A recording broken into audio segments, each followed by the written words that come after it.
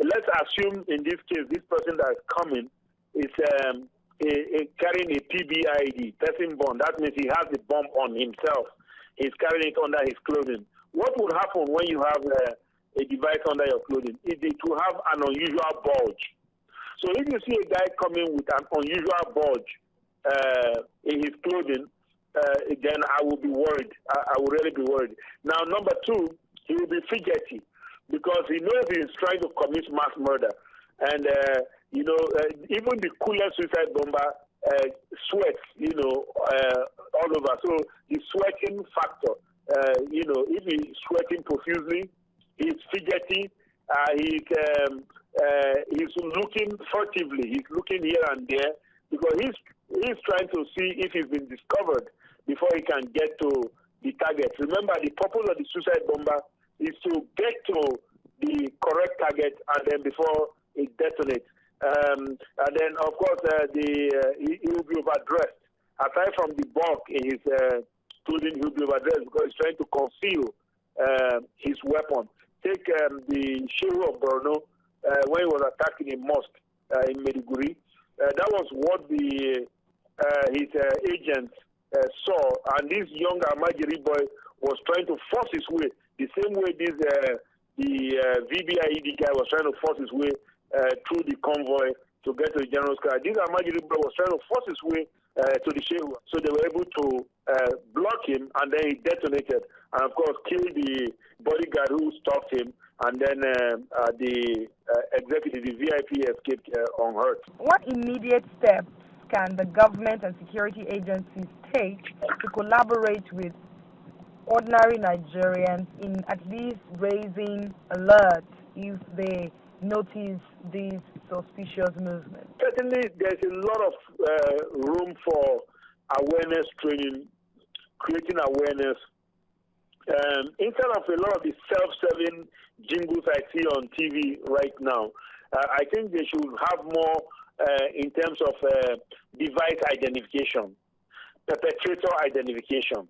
They must give us, we know these things, it's all there. I have slides all over the place with all this information on it. The bomb squad has it, certainly I'm aware of that. So we need to be able to put jingles out to show what a suspicious device looks like, to show what a suspicious person looks like, to show what a suspicious vehicle looks like. Because, like we say, repetition creates recognition. It is by telling people over and over, play jingles, and put out adverts in the papers, and in fact, enroll the press in fighting the war on terror. That is how we are going to be able to sufficiently arm our citizens with information. Right, Dr. Honor Ikomu, a seasoned security expert. Thank you so much for sharing your thoughts. Wednesday, July the 23rd, marks 100 days since the abduction of the Chibok schoolgirls. Protesters, home and abroad, took to the streets to demand the release of the girls. Now, the Bring Back Our Girls campaigners called on the federal government to intensify efforts at rescuing them from Boko Haram. Ujo, the Akwa Ibom state capital, was not left out in the Bring Back Our Girls campaign. It was not a protest, but more of a prayer meeting for the release of the girls. In the name of Jesus. Schoolgirls in the state, the clergy and government officials gather. Their plea here is directed to God as they sing and meditate. Soon, they all get to the floor. In their vigorous supplication, their requests are clear.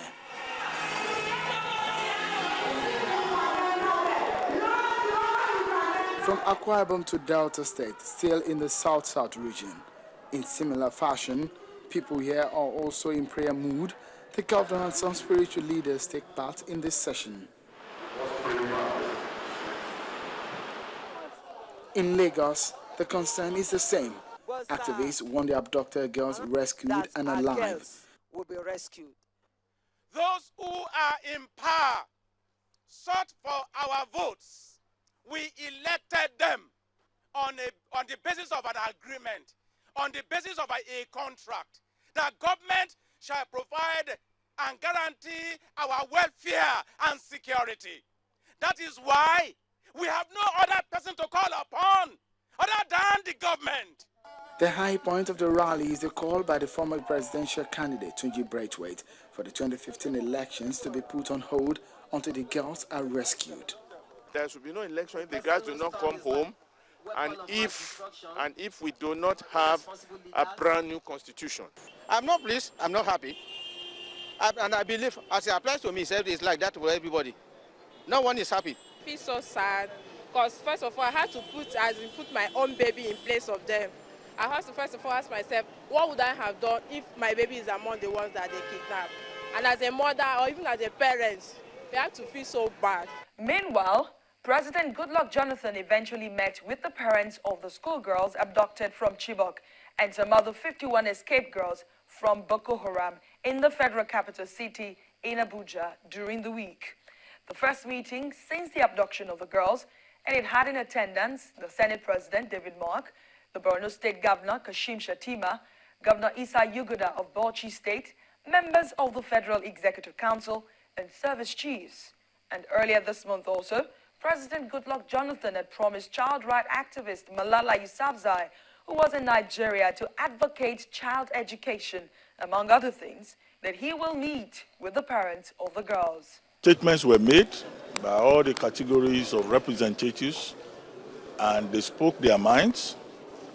They conveyed their feelings to Mr. President, and the girls who were involved and who managed to escape also gave an account of what they went through. Some of the girls who escaped on the road, and some of the girls who said they escaped from Sambisa Forest.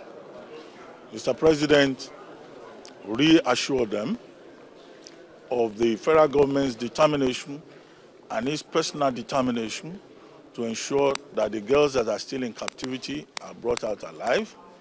He made it clear that that is the main objective of the government. Network Africa will be back shortly. 22 airports around the country, an industry that generates billions of naira, connecting millions for business and leisure, will put you through the paces and give you an insider's view on the aviation industry. Watch Aviation This Week only on Channels Television. Aviation This Week, keeping an eye on the aviation industry.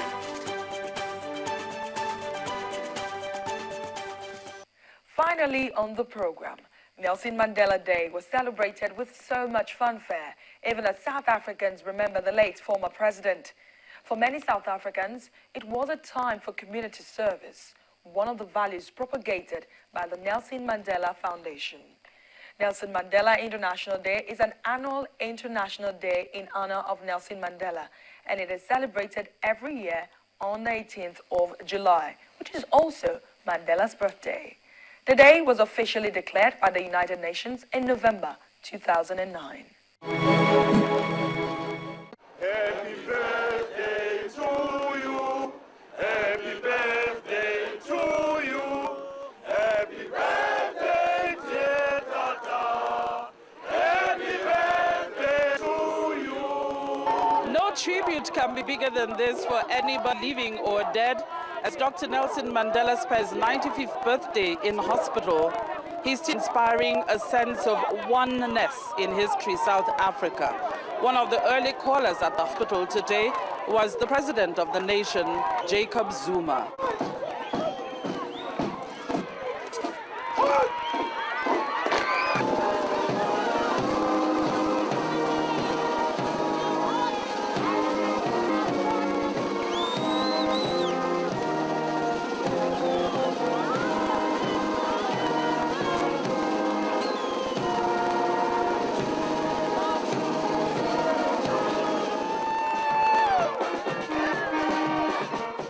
The Speaker of the South African Parliament, Max Sisulu, and the Minister for Children, Women and the Disabled led a group of children to dance outside the hospital.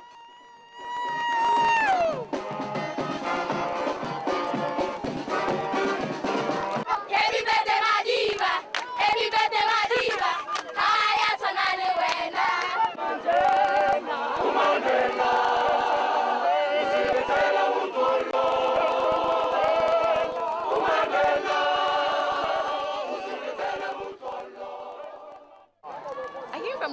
because this is so memorable and I'm so excited. I wish him well, and I wish him more years to come, even though we know life ends, but we still need him. Happy birthday, Madiba! We love you! Asked about the elder statesman's current state of health, the defense minister says the government and his family are far less anxious about it now. What is good, which all of us should appreciate, is the work that has been done by our team of doctors. It is the fact that Madiba has responded in such an incredible manner, so positively, to everything that was being done to him. As the country, community projects are going on and people are given 67 minutes and more of their time to make life a lot better for those who are disadvantaged. Some even run a 67-kilometer relay race to raise funds for container libraries in disadvantaged communities. But this is for you, my freedom to work for freedom. Much better because of your prayer. We thank you for your wonderful God. We thank you how much you love Mandela's friend since the 1940s and fellow prisoner Ahmed Kathrada says he hopes the younger generation will take the good works beyond this day. Our biggest challenge is ignorance among young people. They must also remember that with freedom came responsibility. It is their responsibility to educate themselves in every direction so that they can provide expertise, the skills in everything. In order for the country to go forward, you've got to have education.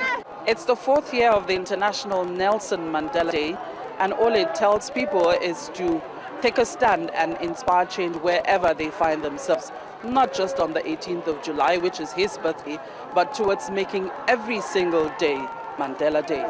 From the Pretoria Heart Hospital, South Africa. Let us know what you think through the email address and phone number on your screen. And if you missed any part of the program, please visit youtube.com/channelsweb. Till I see you again, imagine your world better than it is. I am Adeshawa Josh.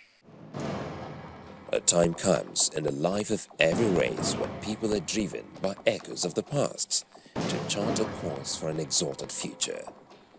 Africa is a blessed threshold. As major actors in the Africa arena plots a renaissance towards common destiny, let's pedal across the streams of yesterday, from the backstreets of Africa to the defining roles of policymakers, the political realities of the African nation, balance of power, and the strive to sustain national interest and identity. Join us on Network Africa on Channels Television. Network Africa, the rallying point for the emergence of a new Africa.